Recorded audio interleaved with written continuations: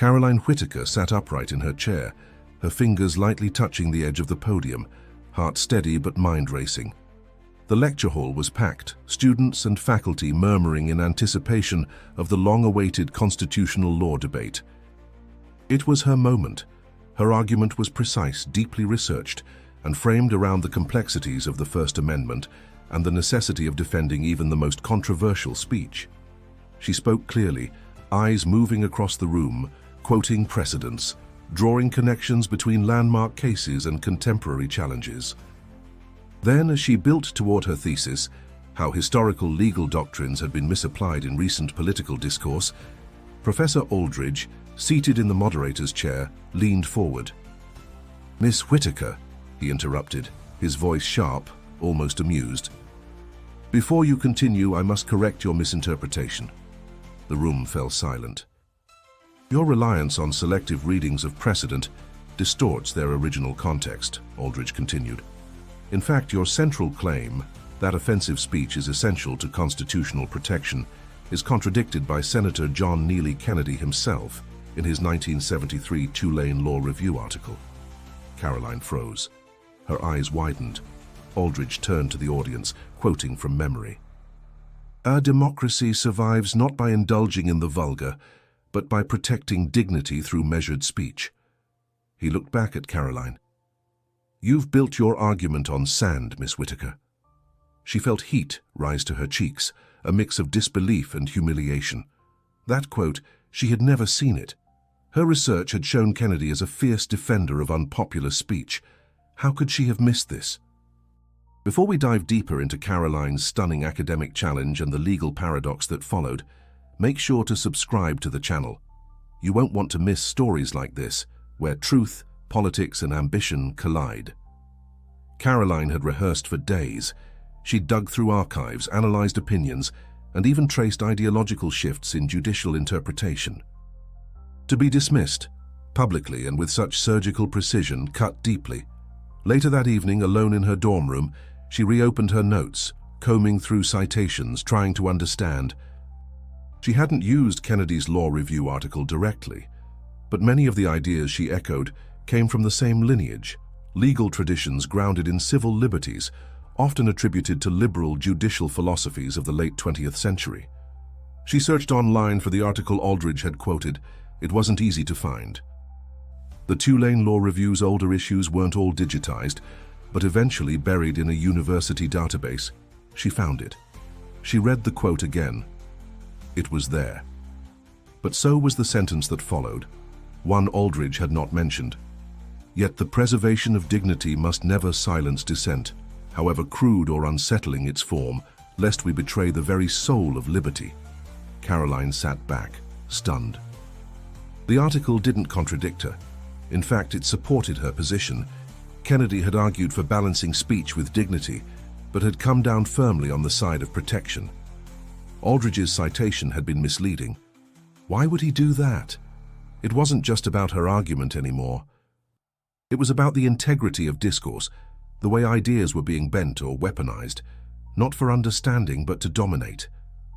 Karoline felt something stir inside her, a kind of righteous fire. The next day she returned to the lecture hall, not to speak, but to listen. Students whispered around her, some sympathetic, others smug. The debate had sparked interest.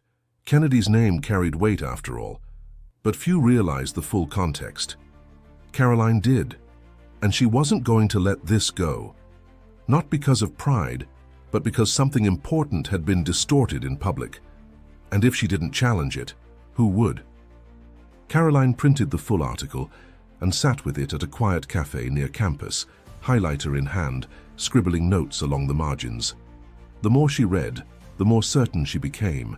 Aldridge hadn't just quoted selectively. He had cherry-picked a line to shut her down. Senator Kennedy's original work had depth, complexity, and above all, a clear defense of dissenting speech. What Aldridge had done wasn't merely misleading, it was academically dishonest. Determined, Karoline took her findings to Professor Merrill, her advisor. Merrill, always cautious, raised an eyebrow. "Aldridge is a titan in this institution," he said, folding his hands over a stack of papers. Publicly correcting him could backfire. Karoline shook her head. But if no one challenges him, this kind of manipulation becomes normal. Merrill sighed. Just be smart. Don't burn bridges before you cross them. Walking back across campus, Karoline felt the tension begin to build, not just inside herself, but around her. Word had spread about the interruption. Some students offered quiet encouragement, others warned her to let it go. The law school, it seemed, had long operated under an unspoken hierarchy. Do not embarrass your superiors, especially not Aldridge. Still, she couldn't shake the feeling that something bigger was at stake. If the academic system rewarded distortion, what did that mean for the law itself? That night she met with Nate, her classmate and the research assistant for a different professor. Nate was notoriously quiet in class, but brilliant. She shared the article, her notes and Aldridge's quote. He read in silence, flipping pages back and forth. Then he looked up. He misrepresented it, he said flatly. This is pretty damning. They worked late into the night, pulling together references that aligned with Kennedy's original framing. Nate dug into legal databases, uncovering old symposium discussions where Kennedy had spoken more plainly, always returning to the same central thesis: the law must protect even speech that offends. As their research deepened, something else surfaced. An interview from the late 80s, in which Kennedy had admitted frustration that his legal writings were being ignored in favor of his political persona. He'd once said, "My paper at Tulane was the truest reflection of my legal soul. Nobody quotes it anymore." Karoline circled that sentence, but not everyone was thrilled by her persistence. Dean Hargrave called her in for a friendly chat. He praised her scholarship, then added, "It's important to know when to let a disagreement fade.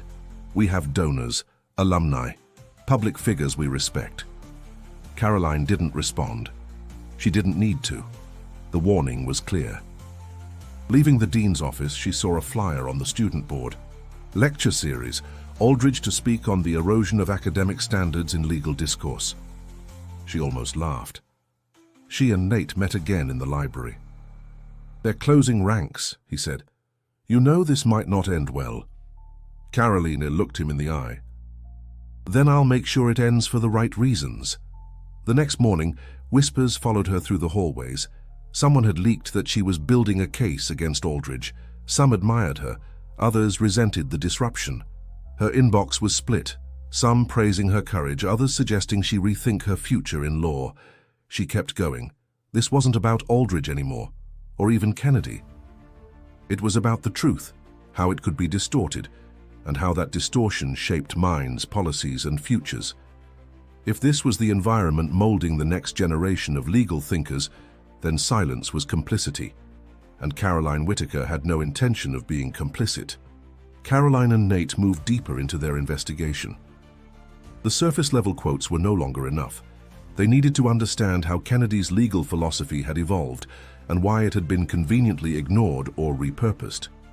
They scoured archives, digging into old interviews, academic symposia, and internal university publications from Kennedy's early career. They found what they were looking for in the university's Special Collections Department, a box of correspondence between Kennedy and his law professors during his postdoctoral fellowship. In one letter, dated February 1975, Kennedy wrote, "My position on speech has never changed. It is the lifeblood of liberty, even when it wounds." Especially then. Karoline read it aloud, and the room felt heavier with every word. It was unambiguous, powerful, and at odds with the man's current political persona. Nate leaned back in his chair. So what happens when someone builds a career on principles and then abandons them? Karoline didn't answer immediately. She was thinking not just about Kennedy, but about Aldridge, and the institution itself. What if legal education had stopped being about the law and started being about power? The dilemma weighed heavily on her. She didn't want to weaponize Kennedy's past. She wanted to highlight the hypocrisy in using selective readings to discredit open inquiry. But the deeper she went, the more she realized this wasn't about interpretation. It was about control, what ideas were allowed to live in the open and which were crushed quietly under academic prestige. One afternoon, while reviewing footnotes from Kennedy's article, Nate pointed something out. "This part," he said, tapping the page, "it echoes a dissent from Justice Brennan in Texas versus Johnson." But Kennedy wrote it before that case.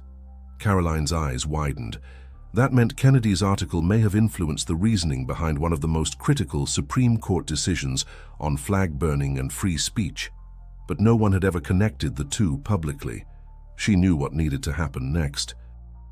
They drafted a paper, clear, careful, and thoroughly cited, laying out Kennedy's full argument and how it had been misrepresented. But when they submitted it to the university's law review, it was rejected within 48 hours. No explanation, just "does not meet current editorial direction." It was a warning shot. Karoline wasn't surprised, but she was angry. Not for herself, but for the students who believed legal education was still about inquiry and courage. She couldn't let the moment fade. That's when she remembered Professor Lillian Dubois. Dubois had retired a decade earlier, but was still a legend, one of the few legal scholars who had publicly criticized the university's ties to political donors. Karoline emailed her late that night. The reply came by morning. "Come see me." Dubois welcomed them into her modest, book-filled home. She listened carefully, barely speaking, as Karoline laid out everything. Aldridge's interruption, the quote, the article, the rejection. When Karoline finished, Dubois asked only one question. "Do you want to be right or do you want to be heard?" Karoline replied without hesitation. "Both." Dubois nodded. "Then let's give them no choice." Over the next week, they planned. Dubois had tenure emeritus and access to university lecture spaces. If the official channels were closed, they would go around them. The plan wasn't about revenge, it was about restoring truth. Not just about what Kennedy once wrote, but about how students were being taught to think, argue, and defend ideas. The university wanted silence. Karoline was preparing to answer with clarity. The pressure was rising. Emails, whispers, even veiled threats reached her inbox. But Karoline had moved past fear. She was steady now. What she had started as a defense of her argument had become something far larger. A stand for intellectual integrity in a world that preferred the illusion of order to the mess of truth. The lecture room was smaller than the auditorium where Karoline had first been cut off, but it was full. Word had spread. Students, faculty, and even a few local reporters had come, curious to see what this defiant law student was going to say with a retired professor at her side. No one from the administration had approved the event, but no one had officially shut it down either. It existed in that grey space the law so often occupied. Karoline stepped up, voice calm but steady. "3 weeks ago I stood in front of you and was told my interpretation of constitutional law was flawed. I was quoted a line from Senator John Neely Kennedy's early legal writing as proof that my argument was invalid." She paused, holding up the article. "This is that paper." What followed was not a rant, not an attack, but a methodical presentation of Kennedy's legal theory, quoting full paragraphs, offering historical context, drawing connections to both Supreme Court decisions and modern legal debates. With each passage, she showed how Aldridge's citation had deliberately omitted key ideas. The contrast was undeniable. Then came the moment that struck everyone silent. Here is the quote used against me: "A democracy survives not by indulging in the vulgar, but by protecting dignity through measured speech." That was the weapon. She flipped the page. But here is the sentence that follows: "Yet the preservation of dignity must never silence dissent, however crude or unsettling its form, lest we betray the very soul of liberty." Gasps rippled through the audience. Some scribbled furiously.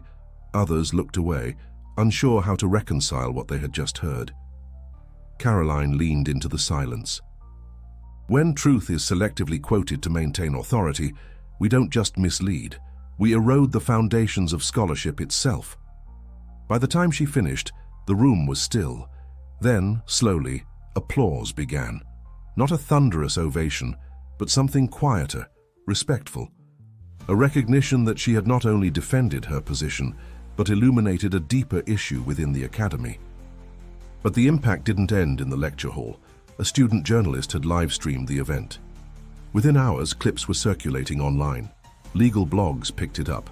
The phrase, "Kennedy's forgotten doctrine," started trending in academic circles. Karoline didn't go viral in the usual sense. She became something rarer, a credible voice in a very serious debate. The university responded quickly but carefully. A statement was released, affirming its commitment to open dialogue. No mention of Aldridge, no acknowledgement of the misquote, but the consequences were already unfolding. Karoline was summoned to an ethics hearing, supposedly to review unauthorized use of university resources. Nate received an offer from a rival law school. No explanation, just a generous scholarship attached. And Professor Aldridge? He announced an unexpected sabbatical for the following semester. No one said the word punishment, but the timing spoke volumes. Dubois met Karoline one last time over tea. "You were never just defending yourself," she said. "You were holding a mirror up to the institution." Karoline nodded, tired but resolute. Through it all, something inside her had changed. She had entered law school believing in systems, in the power of precedent, in reasoned argument. And while those things still mattered to her, she had learned that truth doesn't always carry the loudest voice. Sometimes it's buried under deference, bureaucracy, and fear. But it can be uncovered, if someone dares, and Karoline had dared. 3 weeks later, Karoline sat before the University Ethics Board, flanked by a student representative and a calm, confident Dubois. The questions were formal but vague, circling around issues of conduct, institutional respect, and process adherence. Karoline answered each one clearly, never defensive, always focused on the facts. When it ended, the committee took less than a day to deliver its decision. No violations found. The event had not broken policy. There would be no disciplinary action. The statement was brief, but its subtext was clear. Karoline had not only followed the rules, she had upheld their spirit more faithfully than those who tried to silence her. Word of the decision spread quickly. Some celebrated it as a victory for academic freedom. Others grumbled that the university had caved to pressure. But Karoline didn't linger on the reaction. She had done what she came to do. That spring, the constitutional law syllabus was updated. Kennedy's 1973 paper was added as required reading, along with a note on the importance of examining historical context in legal arguments. The addendum didn't mention Karoline by name, but everyone knew why it was there. As for Aldridge, he remained on sabbatical, his lectures conspicuously absent from the next semester's roster. The administration never clarified whether he would return. Karoline's reputation shifted. No longer just a bright student, she was now someone who had challenged a hierarchy and won. Offers started arriving from legal fellowships focused on transparency, free expression, and institutional accountability. She chose one that combined research and advocacy, the perfect bridge between theory and action. Nate accepted the scholarship from the rival school, but stayed in close contact. Their friendship had become a partnership, grounded in trust, forged through adversity. They began collaborating on a project to track historical misuses of legal texts in public discourse, inspired by what had nearly silenced her. In quiet moments, Karoline revisited that first confrontation. Not with bitterness, but with clarity. She had been interrupted, yes, but it was that very interruption that had forced her to go deeper, to uncover what others hoped would stay buried. She had once thought law was a matter of argument and precedent. Now she knew it was also a matter of memory and the courage to preserve it. A letter arrived in her inbox one morning. It was short, unsigned, from a university email account she didn't recognize. "You reminded us what scholarship is supposed to be, thank you," she smiled. That was enough. And for those who had watched the entire ordeal unfold, those who had felt a quiet stirring, a recognition of something unjust but had lacked the words, Karoline's story became a reminder. Truth doesn't disappear when challenged. It sharpens. It survives. And if one student could hold the line, so could others. If you found this story powerful, don't forget to subscribe for more real-life narratives that expose, inspire, and resonate. And while you're here, click on the next video on your screen to keep the conversation going. We have much more to uncover together.